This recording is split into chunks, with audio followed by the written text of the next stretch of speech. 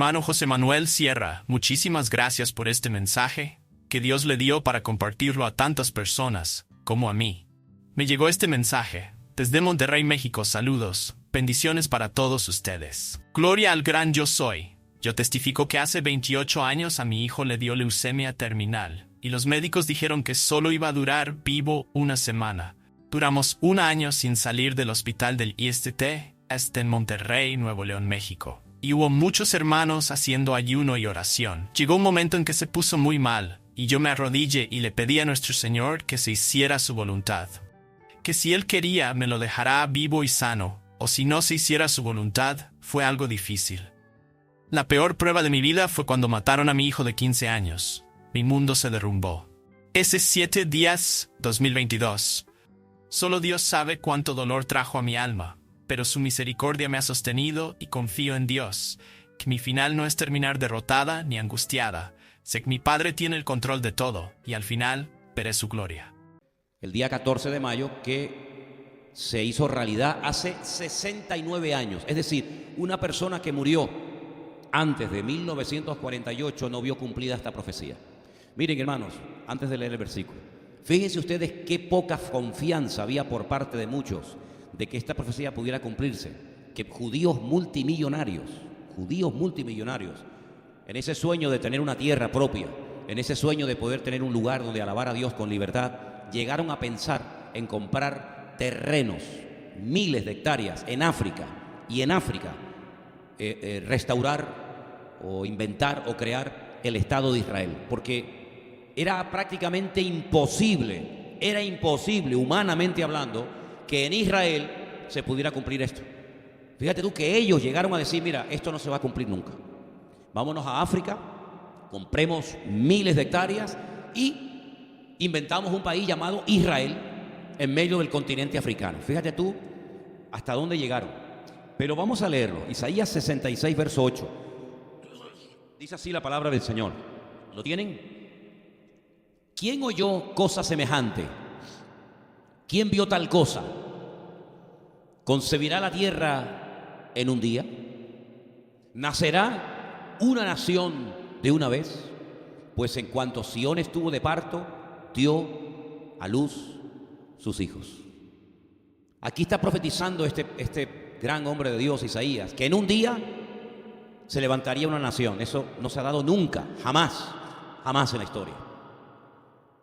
De hecho, hoy en día hay pueblos que todavía están reclamando las tierras que sus antepasados poseyeron. Por ejemplo, los famosos kurdos, ¿no? Ustedes saben el tema de los kurdos, que llevan toda la vida peleando para ver si algún día tienen un trocito de tierra. Bueno, cuando el imperio de los medos persas, los persas tienen su país, que hoy en día se llama Irán, que no son árabes, los persas no son árabes, son iraníes, son persas. Pero los kurdos, que eran los medos, nunca más tuvieron tierra. Y hasta el día de hoy los kurdos siguen peleando por su tierra. Y hay muchas etnias, muchas razas, muchos pueblos que perdieron por guerras y por conflictos, perdieron su territorio y nunca más lo volvieron a recuperar. Y me temo que nunca más lo volverán a poseer.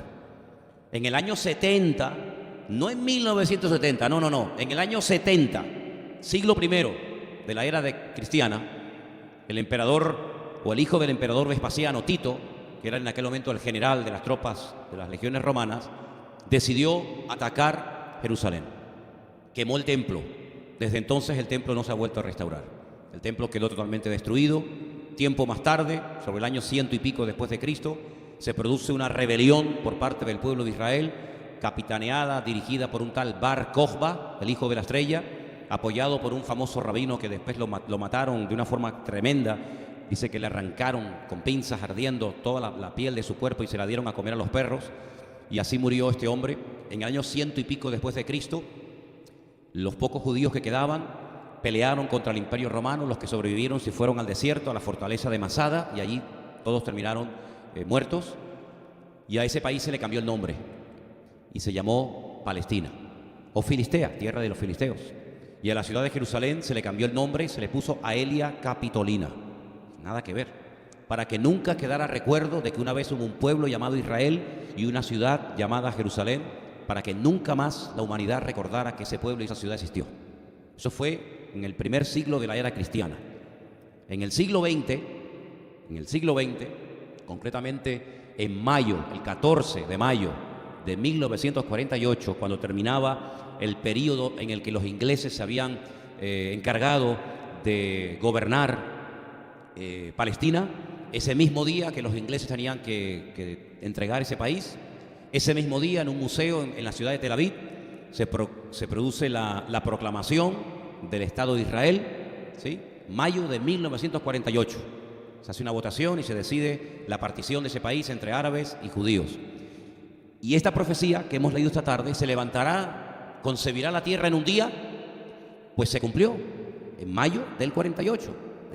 Y entonces ahora nos vamos a a Jeremías 31 y van a ver cómo ya el Señor había profetizado no solamente el retorno del pueblo de Israel a su tierra, sino que también en los últimos tiempos se volvería a producir este retorno de una forma masiva. Jeremías 31, 8 dice: He aquí, yo los hago volver de la tierra del norte. La tierra del norte se refiere a Rusia y a todas las provincias que durante todas las repúblicas que pertenecían a Rusia. No se pueden ustedes imaginar cuántos miles y miles y miles de judíos huyeron de Rusia. Dice que se llegó a hablar más ruso en Israel que hebreo, de tantos rusos que fueron. Los reuniré de los fines de la tierra. De más de 300 países volvieron los judíos en esos años. Entre ellos ciegos y cojos, la mujer que está encinta y la que da a luz juntamente. En gran compañía volverán acá. Irán con lloro, mas con misericordia los haré volver. Y los haré andar junto a arroyos de aguas, por camino derecho, en el cual no tropezarán. Porque soy a Israel por padre, y a Efraín, y Efraín es mi primogénito. Versículo 10. Oíd palabra del Señor, oh naciones, y hacedlos saber en las costas que están lejos, y decid: el que esparció a Israel los reunirá y guardará como el pastor a su rebaño. Porque el Señor redimió a Jacob, lo redimió de mano del más fuerte que él. Y vendrán con gritos de gozo en lo alto de Sión, y correrán al bien del Señor, al pan, al vino, al aceite y al ganado de las ovejas y de las vacas. Y su alma será como huerto de riego, y nunca más tendrán dolor. Entonces la Virgen se alegrará en la danza, los jóvenes y los viejos juntamente, y cambiaré su lloro en gozo, y los consolaré, y los alegraré de su dolor. Y el alma del sacerdote satisfaré con abundancia, y mi pueblo será saciado de mi bien, dice el Señor. Así ha dicho el Señor: voz fue oída en Ramá, llanto y lloro amargo, Raquel que lamenta por sus hijos y no quiso ser consolada acerca de sus hijos porque perecieron. Así que versículo 17 es precioso, dice: esperanza hay para tu porvenir. Esperanza hay para tu porvenir, dice el Señor, y los hijos volverán a su propia tierra.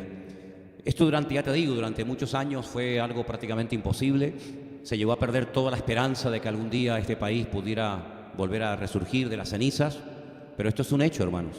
Nosotros vamos a tener la oportunidad y el privilegio de caminar a partir del día domingo por las calles de este país que ya existe, y con la Biblia en la mano vamos a poder comprobar que esto es un hecho, esto es algo comprobable, esto no es un mito, no es una fábula, no es un cuento que bueno, no, esto es realidad. Si no es que yo no creo en Dios, bueno, usted no creerá en Dios, pero lo que Dios profetizó lo tienes que aceptar, porque es un hecho histórico. Si tú no puedes decir: no, yo no creo que hay un pueblo que se llama Israel, eso es mentira, eso es un cuento.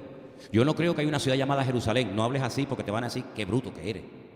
No hables así porque hay un país que se llama Israel. Hay un país que tiene su bandera, su himno, su ejército, sus ciudades. Miles y miles de personas ya han sobrepasado ya han llegado a la cifra a la que habían llegado en la Segunda Guerra Mundial. Ya la han sobrepasado, A pesar de que les mataron a más de 6 millones durante la Segunda Guerra Mundial, ya son más que cuando eran en la Segunda Guerra Mundial. Y no ha sido fácil estar allí. Ha habido 7 guerras. 7 guerras. Dime tú qué país en 69 años ha tenido 7 guerras. Dime cuál. Ninguno. Israel ha tenido 7 guerras en 69 años. Todas las ha ganado. De todas ha salido victorioso. Todos los enemigos que osaron levantarse contra ellos han sido totalmente derrotados y humillados. Eso no significa de que ya han bajado la guardia, se han rendido y han dicho: bueno, mira, con esta gente no podemos. En la última misiles que lanzaban los palestinos desde la Franja de Gaza, que lanzaron más de 2.700 misiles contra ciudades pobladas, algunas de ellas de millones de habitantes. Periodistas franceses llegaron a la Franja de Gaza y les dijeron, ¿cómo es posible que ustedes, teniendo una ciudad de 1 millón, de 2 millones ahí enfrente de ustedes, ustedes sean tan malos? Y no caiga un misil en medio de la ciudad matando a 300, 400 o 1000 personas. Bueno, no solamente por la protección que tiene Israel de que cada misil que lanzan de la franja de Gaza automáticamente es interceptado, sino que alguno que no daba tiempo para interceptarlo, si disparaban hacia esa dirección, salía en otra dirección y no caía en tierra. Y los mismos palestinos decían, es que su Dios pelea contra nosotros. Su Dios pelea contra nosotros. Entonces, en este momento, las naciones están armando nuevamente para volver por 8ª vez a atacar a Israel. Siempre han creído que con esa guerra ya se iba a solucionar, entre comillas, el problema, pero hasta ahora no ha sido posible. Sabemos que, según las profecías, yo les dije el otro día que leyeran detenidamente Ezequiel 38, Ezequiel 39, ¿vale? Ahí van a ver quién va a atacar, por dónde va a atacar, cómo va a atacar, cuántos van a atacar, etcétera, etcétera, etcétera. Y es interesante saber eso porque así como se cumplió la restauración nacional del pueblo de Israel, según lo que hemos leído y según también los capítulos 36 y 37 de Ezequiel, pues eso es señal de que también el 38 y el 39 del mismo libro de Ezequiel también se van a cumplir. Y sabemos, parece mentira, sabemos perfectamente, y ellos lo saben y lo dicen y lo enseñan y se hablan en los colegios y lo dice el presidente en el Parlamento, que tarde o temprano Rusia va a capitanear, Rusia va a ser la encargada de aglutinar un montón de fuerzas militares y de soldados y de armamento y se va a atrever, así como en su día se atrevió a invadir Afganistán, pues la Biblia nos enseña que el oso, las fuerzas del norte, van a entrar por los altos del Golán, esas montañas que están en el norte de Israel, e Israel va a ser atacada otra vez, y en esta ocasión por Rusia. Lo sabemos. También sabemos quién va a ganar, también sabemos cuántos van a morir. Sabemos todo, porque la Biblia, como yo siempre he dicho, no es el periódico de hoy. La Biblia es el periódico de mañana. Entonces, una de las formas de decir, oye, yo tengo en la mano un libro que es un libro digno de creer en él, porque todo lo que profetiza se cumple. Y entonces te he mostrado solamente una profecía de cómo ese país, fuera de toda posibilidad humana, volvió a su tierra. No fue fácil, ¿saben? No fue fácil conquistar esa tierra. No es fácil mantener esa tierra. Israel dedica un altísimo porcentaje de su presupuesto anual a armamento, porque no le queda más remedio, ¿verdad? Entonces, es un país que o está en guerra o se está preparando para la guerra. Solamente las naciones más cercanas a Israel ya presumen hace años de tener más de 100 y pico mil misiles apuntando contra Israel. Hace unos días, hace unas pocas semanas, Irán dio la noticia de que ya por fin tiene misiles que en pocos minutos pueden llegar desde Teherán hasta Jerusalén. Y presume de que puede atacar y destruir Jerusalén. Pero el Señor ha prometido una protección especial y a nosotros los cristianos, los creyentes, el Señor nos dice en su palabra, orad por la paz de Jerusalén. Qué curioso, ¿no? Orad por la paz de Jerusalén. Nosotros el domingo a la noche, yo salgo el domingo a la mañana a las 7 rumbo a Madrid, por la noche nos juntamos allí los hermanos que vamos a ir y viajaremos rumbo a Estambul, a Turquía, y allí nos encontramos con los hermanos de Italia y ya de madrugada, como a las 2, 3 de la madrugada aproximadamente, tal vez una hora más, una hora menos, depende, porque en Israel son 2 horas más que aquí, estaremos llegando al aeropuerto y ya de ahí nos vamos a la casa y estaremos toda la semana, de domingo a domingo, estaremos en la ciudad de Jerusalén. Oren para que ninguno de estos misiles caiga durante esos días, y si cae, que no nos alcance a nosotros, ¿eh? Entonces estaremos durante toda esa semana y cuando volvamos daremos testimonio de que en este año que se celebra el 69 aniversario de la fundación del Estado de Israel moderno, pues daremos testimonio de que todo esto que leemos, pues no solamente se lee aquí y se dice, pues como la gente no sabe nada, no, sino de, oye, que yo he estado paseando por allí y banderas de Israel, llegas al país y desde que llegas hasta que te vas estás viendo banderas por todas partes. Ahora habrá celebraciones y habrá fiestas y habrá un júbilo. Yo nunca he ido en el mes de mayo a Israel, he ido en otra época. En mayo nunca he ido, pero me han dicho que es un mes especial porque hay muchas fiestas, muchos conciertos y muchas celebraciones. Y además se están preparando sobre todo para el 70 aniversario, que Dios mediante será el año que viene. Yo siento en mi corazón y hay un sentir generalizado de que será un año muy especial. ¿Por qué? Porque a los 70 años, cuando Israel, las tribus del sur, estuvieron en Babilonia cautivas, se produjo una tremenda liberación. Y hay como un sentir de que el próximo año algo grande va a pasar, algo grande va a pasar por el 70 aniversario, etcétera, etcétera. Algo grande no solamente en Israel, sino a nivel de países, a nivel de naciones. Y hermanos, ustedes están viendo que estamos viviendo en esos dolores de parto. Saben que la Biblia dice que los últimos tiempos serán tiempos de dolores de parto. Los dolores de parto anticipan que viene el niño. Los dolores no es la meta, es el medio para llegar al momento glorioso y al clímax de que una nueva criatura está viniendo al mundo. Y el mundo va a entrar en dolores de parto. El mundo va a entrar en dolores de parto. Las naciones, Israel, todos los países. Y tenemos que estar orando, velando, preparados, porque sabemos que los últimos tiempos serán tiempos, como dice la Biblia, tiempos difíciles, tiempos peligrosos. Quiero llevarles, por favor, a una de las cartas que el apóstol Pablo escribió, donde habla precisamente acerca de cómo serían los últimos tiempos. Vamos a 2 de Timoteo, capítulo 3.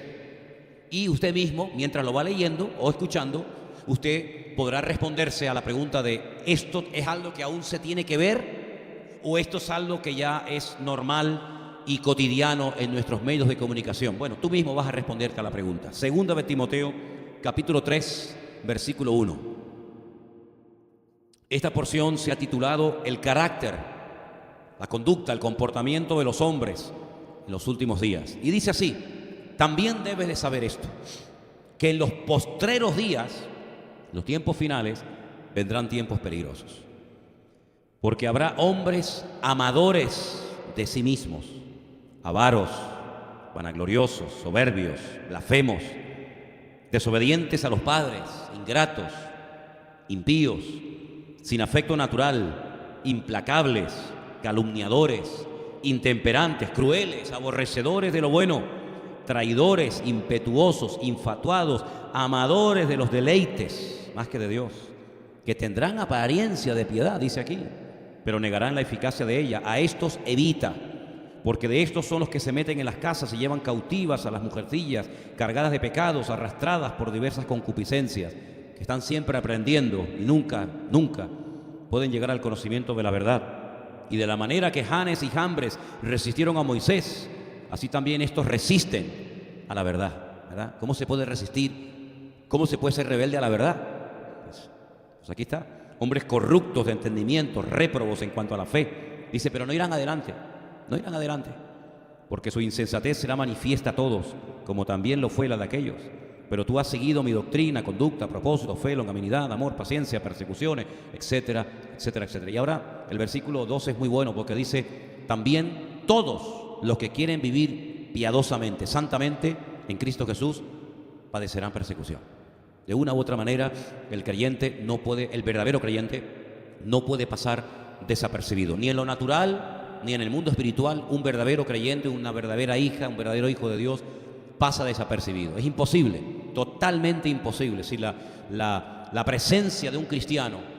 Hace años había un pastor que tenía una iglesia en la península y él decía mucho esta frase, no es mía, es de él, solamente la tomo y la repito. Decía, Satanás teme a un santo iluminado. Siempre decía esa frase, era una frase que era muy típica de él, ¿no? Satanás teme a un santo iluminado. Y el diablo sabe perfectamente que los creyentes le causamos problemas. Por eso a quien más ataca es a los creyentes. Por eso los creyentes, sabiendo esto, tenemos que estar preparados, velando, orando, cubriéndonos las espaldas, orando los unos por los otros, ¿verdad? Cerrando puertas, no abriendo puertas, no dándole lugar al diablo. ¿No dice la Biblia, no deis lugar al diablo? ¿Sí o no? No deis, pues si dice no deis es porque le puedo dar. Con mi forma de hablar, mi forma de vivir, mi forma de actuar, ¿le puedo dar lugar al enemigo? Pues no se lo demos. Si el hablar negativamente mata la fe, no hablemos así. Si el actuar de una forma opuesta a los principios y valores cristianos le da lugar al enemigo, oye, pues no hagamos ese tipo de vida, sino todo lo contrario, marquemos una diferencia. ¿Que es difícil? Sí, cómo no. Y mire, el cristiano, lo dije el otro día, va a ser probado. ¿Se acuerdan el mensaje del domingo? El cristiano va a ser probado. ¿Cómo se sabe que una persona verdaderamente ha nacido de nuevo? Porque va a ser probado. Y una de las primeras pruebas que todos los cristianos hemos tenido, escúcheme, y si usted todavía no la ha tenido, no te preocupes. Si tú eres cristiano de verdad, el primer ataque te va a llegar, ¿sabes de dónde? De la familia. Dice, ¿cómo va? ¿Cómo me dice eso usted, hermano? Bueno, es que yo no estoy aquí para decirle lo que usted quiere oír. Yo estoy aquí para decir lo que dice la Biblia.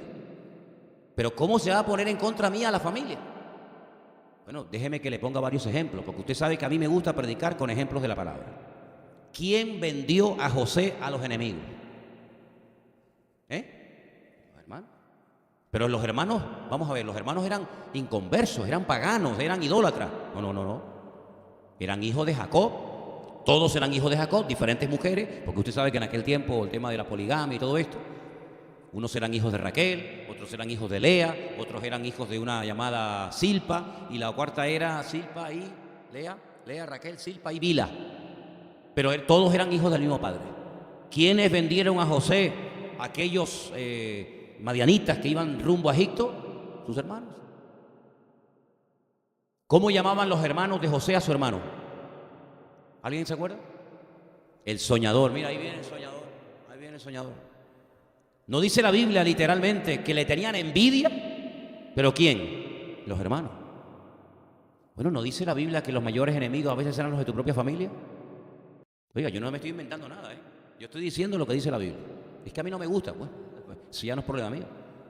No fueron los hermanos de Cristo los que le dijeron, oye, mira, ¿por qué no vas a otros sitios para predicar, para que te conozcan?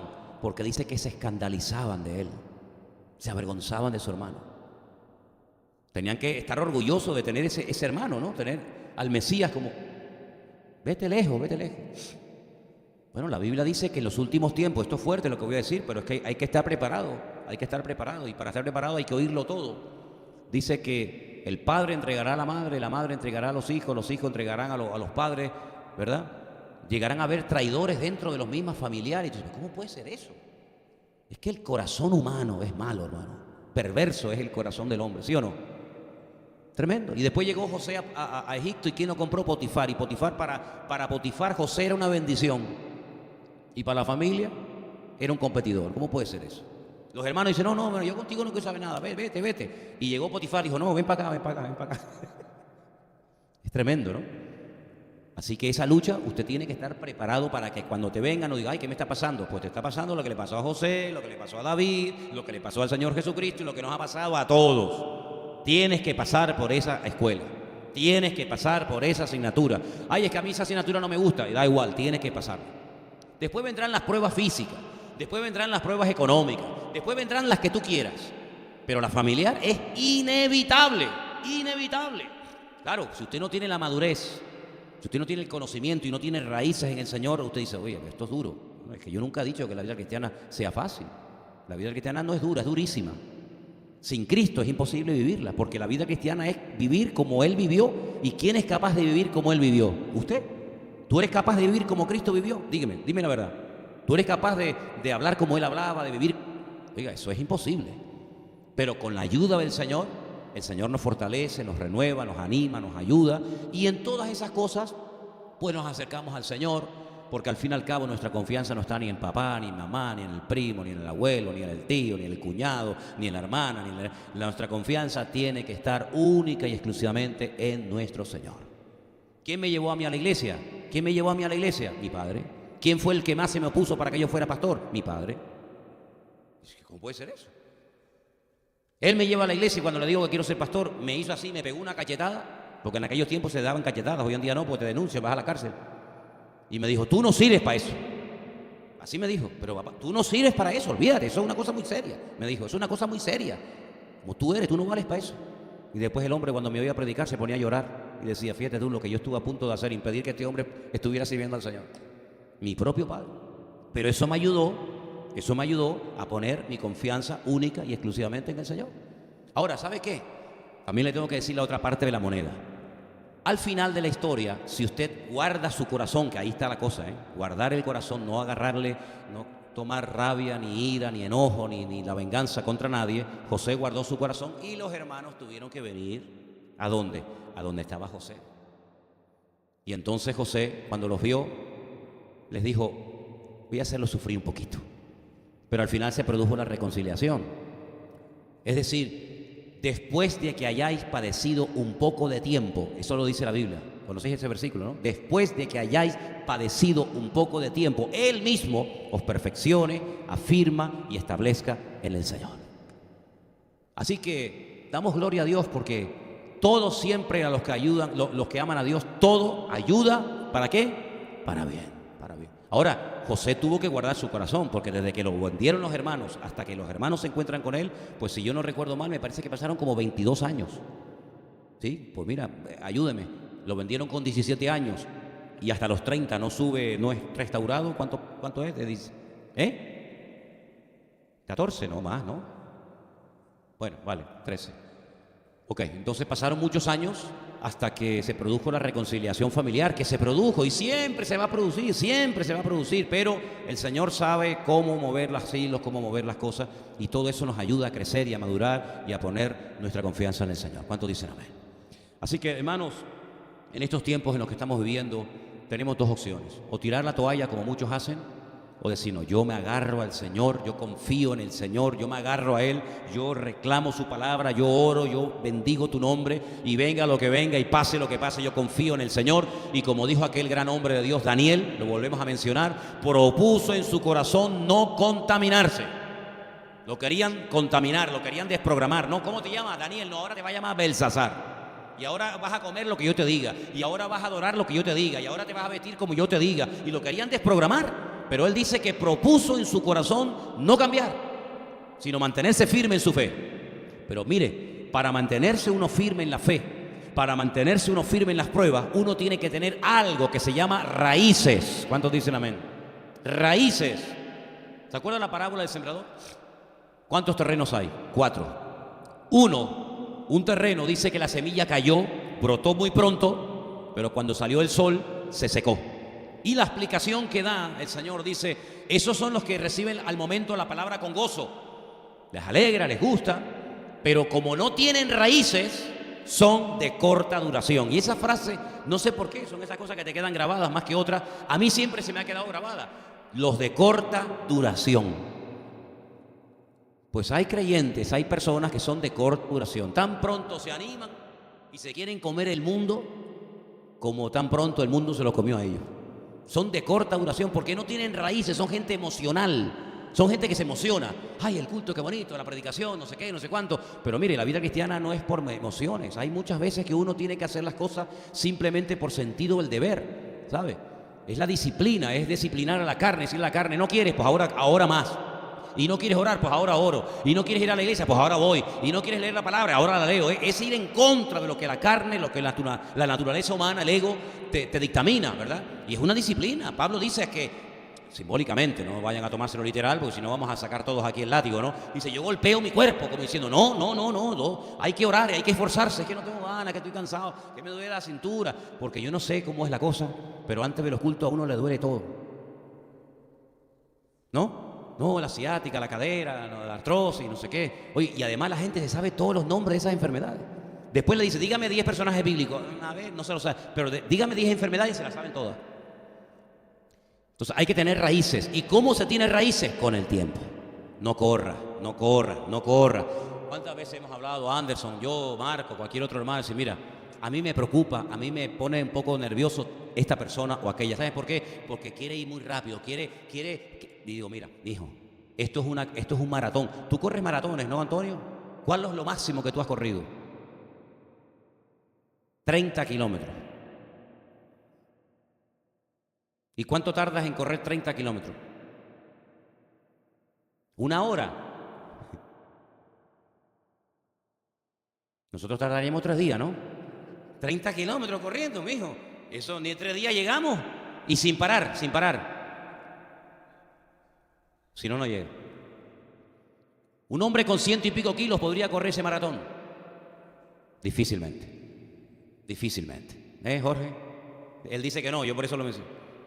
¿Por qué? Porque hay cosas que sobran.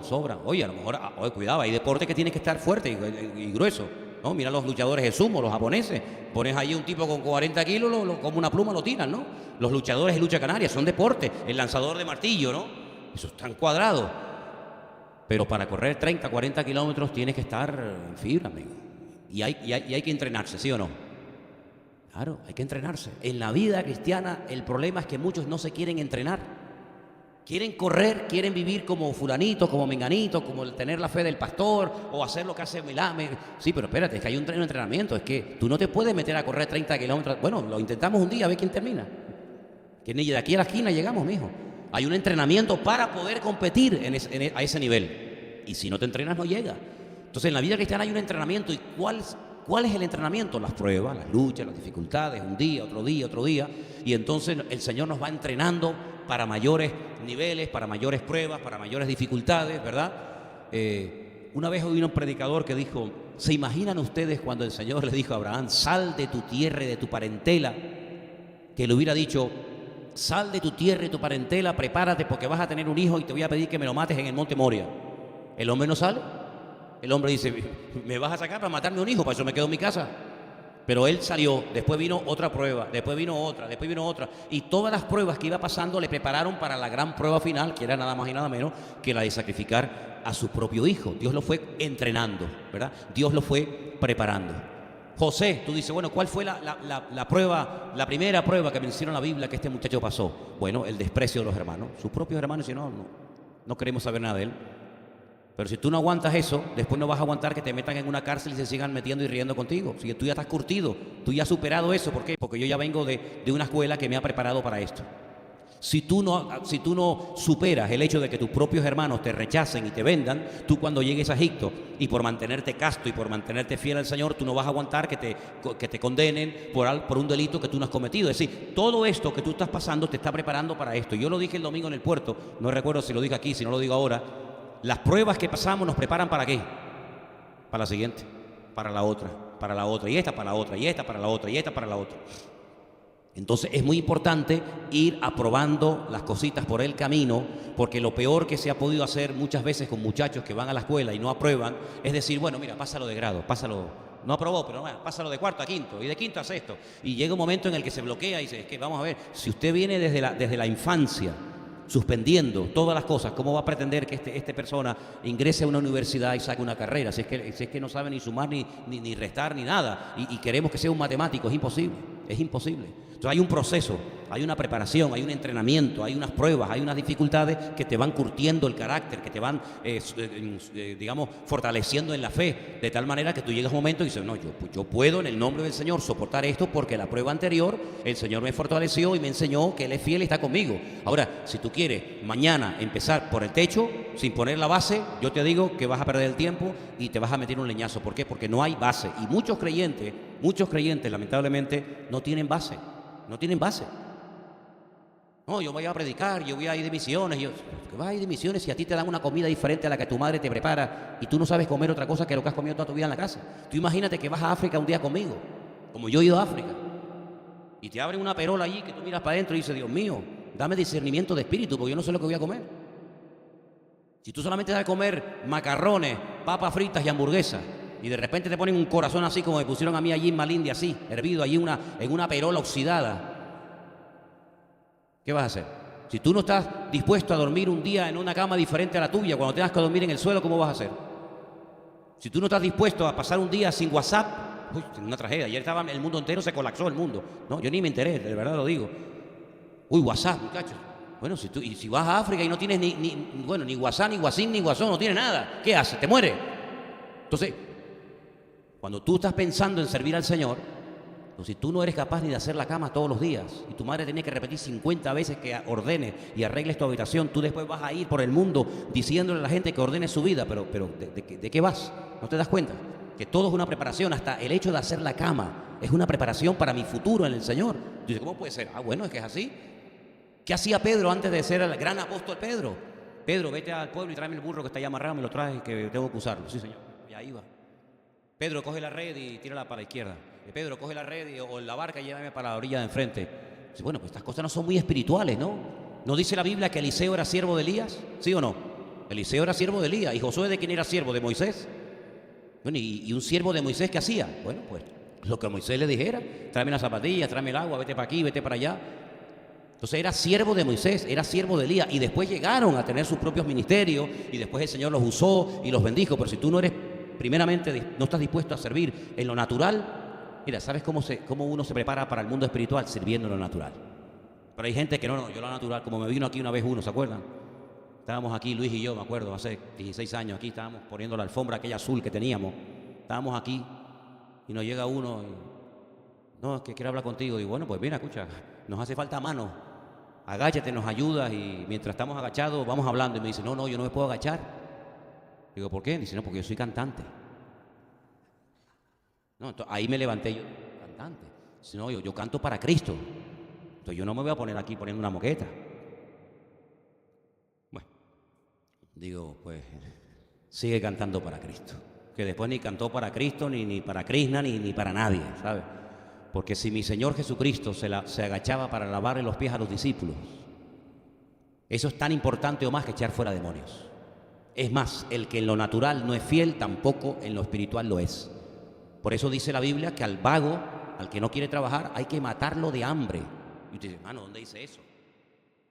¿Dónde dice eso la Biblia? Bueno, la Biblia dice que el que no trabaja, que no coma. Y si no como me muero. No, pues eso no es problema mío. La Biblia dice, el que no trabaja, que no coma. Entonces, ¿a quién hay que darle de comer? Al que trabaja, al que se esfuerza, al señorito, al vago, al que dice, no, yo, señor y pastor, nada me faltará. Muy bien, pero usted de mi comida no va a comer. Conmigo come el que trabaja. El flojo y el vago que se vaya a donde quiera. Porque eso dice la palabra. ¿Qué hizo el Señor Jesucristo? Aunque no lo dice, pero por sentido común. ¿Qué hizo el Señor Jesucristo 30 años en la casa con sus padres? Seguramente ayudar a sus padres. Yo no me imagino a Cristo levantándose a las 4 de la tarde. No me lo imagino, créanme de verdad, hermano. No me imagino al Señor diciendo, mamá, la comida. Papá, la zapatilla. Yo no me imagino a Cristo así, créanme de verdad, ¿eh? Yo creo que el Señor era un ejemplo en todo. Por lo tanto, el que no es fiel y responsable y esforzado en lo natural, dudo mucho de que lo sea en lo espiritual. Porque si te cuesta hacer una cama, ¿cómo te vas tú a meter en una lucha espiritual cuando tú no eres capaz ni de dominarte a ti mismo? Conocí a un hombre, un hermano, ya está en la presencia del Señor. Tenía un apellido, parecía chino, no, pero no es chino, era argentino. Juan José Churroarín. Churroarín. Era de Buenos Aires, pero se fue a Entre Ríos y por allí, por una provincia. Y él montó allí en su provincia un seminario para preparar a gente que quería servir al Señor. Y él contaba en aquellos encuentros de pastores que íbamos cuando vivíamos en la península, que cuando venían los muchachos de diferentes provincias y del campo para prepararse para servir al Señor, cuando llegaban al terreno, los llevaba a un galpón y le decía, mire hermano, cojan esas asadas, esos picos y esas palas, vamos al campo. Los llevaba al carro. Allí los campos en esos países son una cosa tremenda, eso no se acaba nunca, ¿no? Y le decía, mira, quiero que me hagan una zanja, así como de 1,5 metros de profundidad, como 2 de ancho, y me la hacen desde aquí hasta allá. Y venga, y las manos todas encallecidas. Terminaba el día y se iban a dormir. Al segundo día igual. Dice que al tercer día una vez llegó un muchacho y le dice, hermano, perdone que le haga esta pregunta. Aquí no se come nunca, porque llevamos 3 días haciendo zanjas y no hemos comido nada. Y él les decía, y aquella frase me quedó grabada, si usted no es capaz de controlar su estómago 3 días, usted no aguanta la presión de servir al Señor toda su vida. Fíjate tú qué entrenamiento, aquellos eran marines, eran los marines, los Navy Seal, los Estados Unidos. Pero es verdad, hermano, muchas veces las cosas pequeñas nos ponen nerviosos. Fíjate el WhatsApp, trajo un cataclismo al mundo, que no hubo WhatsApp un día. Pero ¿cuántos años vivimos sin WhatsApp? Yo le digo a mi abuelo, cuando vivía, abuelo, usted tiene WhatsApp, y me dice, y qué bien vivíamos, ¿no? Por lo tanto, hermanos, todo lo que está sucediendo a nuestro alrededor, todas las pruebas que usted está pasando, mire, hágame esto. Dele gracias a Dios. Le está preparando el Señor para algo que a lo mejor no vemos, a lo mejor no entendemos, pero por algo el Señor está permitiendo que pasemos por eso. Y si aprobamos esta prueba, seguro que la próxima prueba, cuando el Señor la mande y lo crea conveniente, nos ha preparado para vivirla y afrontarla en victoria y en bendición. ¿Cuántos dicen amén? Por eso, una de las cosas que se ha dicho, y voy concluyendo, que una de las cosas que Dios hará en los últimos tiempos, sobre todo en Europa, es traer a mucha gente de Latinoamérica para que prediquen el Evangelio en Europa. Y usted dice, ¿y por qué? Por una sencilla razón. Porque el creyente europeo está burguesado. El creyente europeo ha crecido en un evangelio cómodo, donde todo lo ha tenido de su más tierna infancia. Sin embargo, personas que vienen de otras naciones han pasado necesidades increíbles. Son capaces de hacer con un alambre y una tabla un avión para volar al otro extremo del mundo.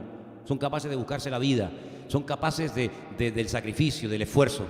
Así que todas las circunstancias habidas y por haber de cada uno de nosotros y cada persona es un mundo, todo eso es la escuela que Dios está preparando para estos tiempos que se avecinan y para estos tiempos finales. Porque mire, es verdad, son tiempos difíciles, son tiempos peligrosos, son tiempos de luchas, pero también son tiempos de mucha bendición. Porque la Biblia dice que en los últimos tiempos abundará el pecado, pero dice que donde abunda el pecado, sobreabunda la gracia. Me acuerdo cuando fuimos a Bolivia a abrir aquel comedor que estuvimos con los niños tantos años trabajando. Me decía el hermano que en aquel momento llevaba aquella obra, ¿y qué hacemos cuando un día venga más gente y ya la perola, la olla, no tenga más comida? Le digo, pues lo que tendrás que hacer es orar para que Dios multiplique lo que tienes dentro. Tú haz lo que puedas y lo que no puedas, que Dios haga un milagro. Y yo les digo algo, hermano, lo poco con la bendición de Dios llega más que muchas personas que tienen, pero que nunca alcanzan para nada. Por lo tanto, que el Señor nos dé sabiduría y corazones agradecidos para darnos cuenta de que estamos viviendo tiempos hermosos, donde vamos a ver profecías que se están cumpliendo, se van a cumplir de una forma tremenda. Recuerde esto, el año que viene, el año 70, el aniversario de la restauración del Estado de Israel va a ser un año tremendo. Y todo esto nos está preparando porque sabemos una cosa, pero como que a veces nos olvidamos. Por favor, hermanos, hermanas, chicos, jóvenes, vivan sabiendo que el Señor viene pronto. Dice, no, tengo que trabajar y tengo que pagar esto y tengo que pagar lo otro. Sí, hermano, está bien, pero mire, escúcheme una cosa, no se me olvide nunca de esto. Cristo viene pronto, Cristo viene pronto. El Señor no retarda su promesa según algunos la tienen por tardanza, sino que es paciente para con todos, para que procedan al arrepentimiento. Que hay que pagar, que hay que trabajar, que hay que ir para aquí, que hay que ir para allá, que hay que esforzarse. Amén, faltaría más. Pero por encima de todas esas cuestiones, recuerde siempre que aquí estamos de paso. Por mucho que trabajemos y por mucho que pintemos y por mucho que no sé qué, aquí estamos de paso, hermano. Y el Señor viene pronto y quiere venir a buscar una iglesia preparada, con raíces, no con emociones. Las emociones no llegan en una parte, con raíces profundas en el Señor. Oye, que fulano me dio la espalda. Amén. Que fulanito no me habla. Amén. Oye, que se me cerró aquella puerta. Amén. Todo eso Dios lo permite para formarte el carácter, para que estés preparado, para que puedas ser un cristiano maduro y robusto en el Señor, de tal manera que solamente nos quede un punto de apoyo en la vida. ¿Cuál? Nuestro Señor Jesucristo. Padre y madre podrán abandonarnos, pero el Señor nunca nos abandonará. ¿Cuántos dicen amén? Vamos a orar. Cierra ahí sus ojos donde está, incline su rostro y vamos a pedir la bendición del Señor para que en estos tiempos en los que estamos viviendo, el Señor nos fortalezca y nosotros podamos tener la madurez suficiente para probar todo lo que Él mande a nuestra vida, sabiendo que el Señor es bueno, Él es todopoderoso, aleluya. Quiero en este momento, mientras estamos todos orando, vamos a orar por esta petición que les acabo de mencionar, pero vamos a orar también ahora por este país, por esta situación, por Venezuela, que Dios ponga su mano. Yo sobre todo oro por el pueblo de Dios allá. Esos son los que nos deben de preocupar, nuestros hermanos en Cristo, el pueblo de Dios, que Dios ponga su mano. Y quiero pedirle en esta tarde a nuestro hermano Anderson que nos dirija en una palabra de oración. Quiero también pedirle a Elan que nos dirija en oración y a Jorge, nuestro hermano Jorge el portugués. Ustedes tres, por favor, uno detrás de otro, vamos a orar y toda la iglesia, por favor, apoyando, toda la iglesia unida, ahora orando, clamando al Señor por estas peticiones.